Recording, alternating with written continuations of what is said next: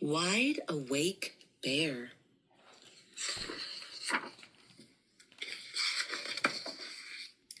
One cold gray day, Elliot's mother called him inside. "Time to take a nap," she said. "We'll sleep till spring." Elliot took a final bite of berries and hurried into their den. "I miss spring," he said. So he snuggled into his mother's side, where he slept and snored. And dreamed. Right. Of golden sunshine, soft grass and budding flowers, leafy trees, shady resting spots, and fish-filled streams. Buzzing bees, bzzz, just ripened berries, and warm, sweet honey.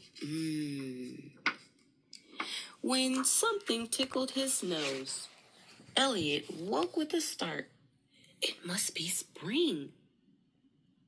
But the world was dark and dreary, and his mother was still snoring.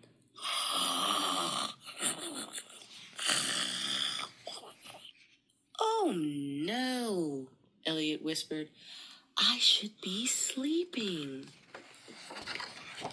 He lay on his side, his belly, his back. He fluffed the bark strips beneath him and made a plump pine needle pillow. He imagined basking in a sunbeam and relaxing on a patch of grass. But nothing worked. Elliot was still wide awake. He saw things he'd never noticed before. Strange shadows on the wall. A dark shape outside. Elliot rushed to his mother and nudged her with his nose. She grunted. He whimpered and whined. She rolled over and sighed. Then a gust of wind whirled through the den. Elliot's teeth chattered. His fur stood on end. The shadow shifted and seemed to come even closer. Elliot scampered behind his mother's broad back, where he shivered and quivered and hid. His mother shook herself awake and scooped him into a big bear hug. "What's up, little cub?" "I didn't sleep till spring," Elliot sobbed. "There aren't any blooming flowers, delicious fish, or golden sunbeams. Only shadows and shapes. And I'm still wide awake." Elliot's mother showed him how the shadows came from branches. "We can make shadows too," she said. So they did. Silly shadows shaped like bees and trees and fish and bees and butterflies. Yeah. Elliot wasn't scared anymore, so he curled into a ball and shut his eyes.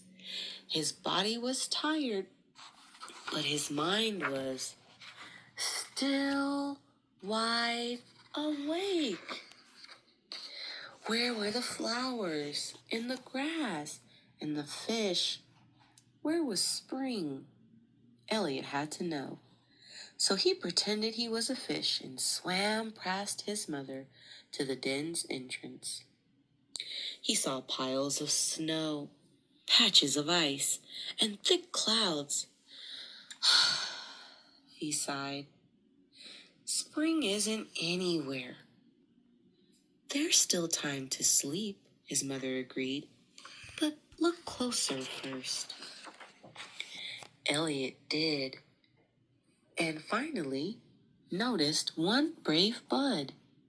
He remembered his dream. That bud would become a flower. Grass waited below the snow.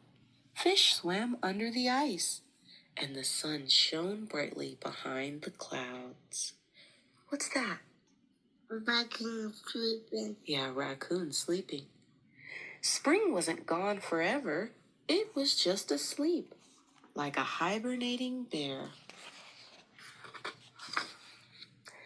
Elliot fluffed his bark chip bed and plumped his pine needle pillow. Then his mother shared one pawful of dried berries and another of cool sweet honey.